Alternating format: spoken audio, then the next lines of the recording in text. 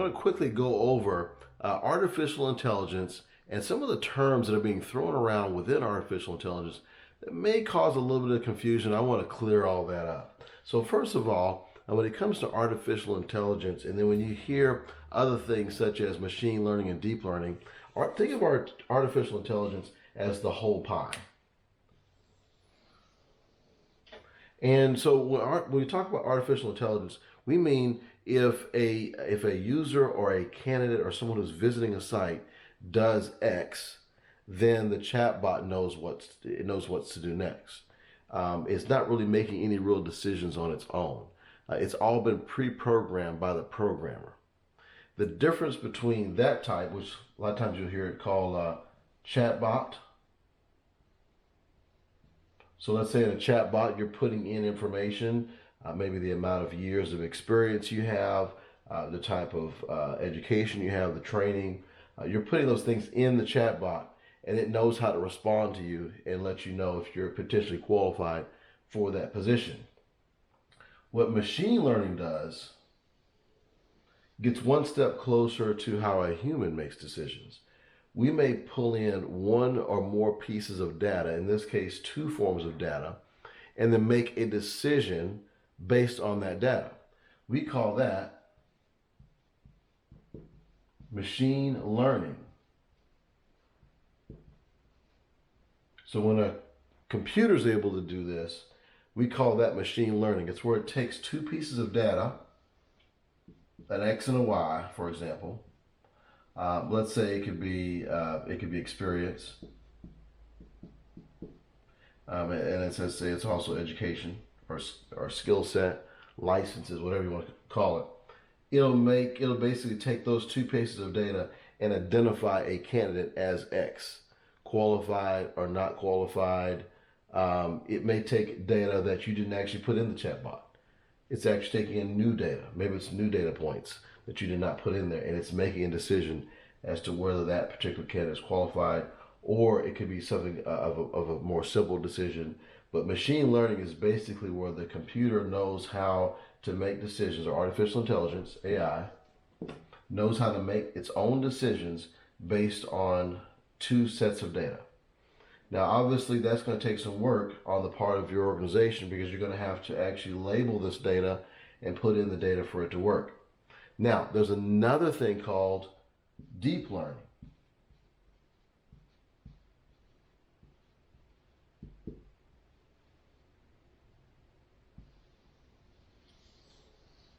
It's still within AI. It's a smaller piece of AI. It's a different level of complexity from machine learning because deep learning can take multiple sets of information to make a decision. And it's also often called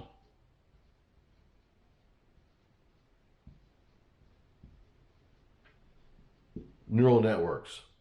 So the reason why they call it that is because it works a lot like our brain works. Synapses, nothing's in a straight line.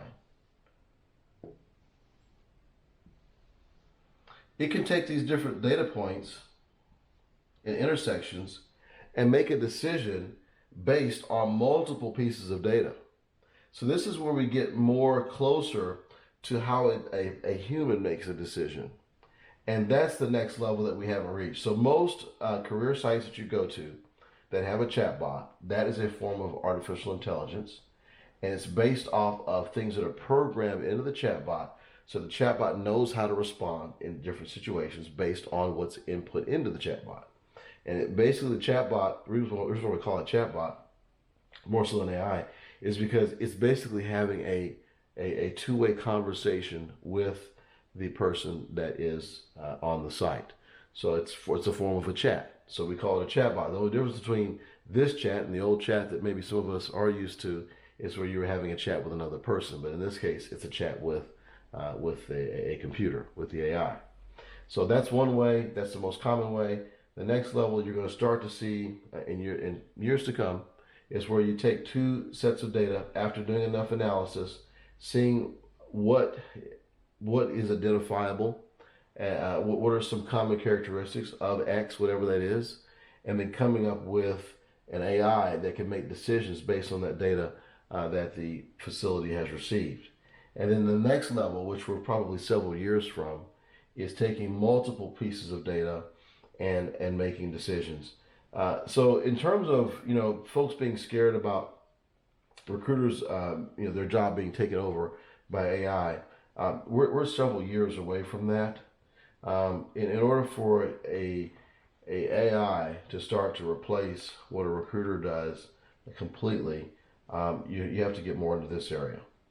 And then also you have to get more into the area of people feeling comfortable with being recruited by a robot versus by a person. So some positions that could probably easily work on, especially if it's frontline positions, things of that nature. But as you get a little further up in the complexity of the job, you're going to have quite a bit of pushback from people accepting a full robot experience in terms of getting a job. So it is coming. I don't know how many years it would take to get to this point, but this is the part that we really want to get focused on now, is the chatbot, where you're able to have a conversation, because this is really what candidates are lacking they're lacking in their experience of actually getting a chance to interact more about the job and find out about a job in a very short period of time. So instead of waiting 2, 3, 4, 5 days, or maybe even 2, 3, 4, 5 weeks to hear back from a recruiter, the chatbot can immediately talk with that person and interact with that person and give them some quick answers to their questions that they may not need to have a full 10, 15-minute interview for. And then the machine learning, the way this could help a great deal is, what about those who want to apply for a particular organization because they feel really good about the organization, but they're not 100% sure which position they should apply for? Well, what the machine learning could do is a person could upload their resume, answer a couple of questions, and through the machine learning, it could learn what position that person may be a good fit for, and then automatically put them in the queue with that hiring manager. That's just one simple use that machine learning could do. But they still would probably want to speak with a recruiter or have a recruiter involved, or at least a hiring manager involved in that hiring process. That certainly would not take the place of a recruiter, but it could help to really put into a queue much faster, much quicker, the right person for the right job. And then I think we're probably several years away from the deep learning, where the whole process is pretty much decided by an AI facility of some sort to facilitate the whole recruitment process. I think we're really several years away from that. But if you're a recruiter right now and you want to continue to grow in the field, these are the two areas that I would suggest that you start to learn about now. Even if your job doesn't directly have to do with chatbots or with machine learning, I do think it's very important to start with the chatbot, and then eventually, as you get comfortable with the chatbot, learn a little bit more about the machine learning. Okay, so hopefully it helped you, and that's my tip for the day. Thanks for your time.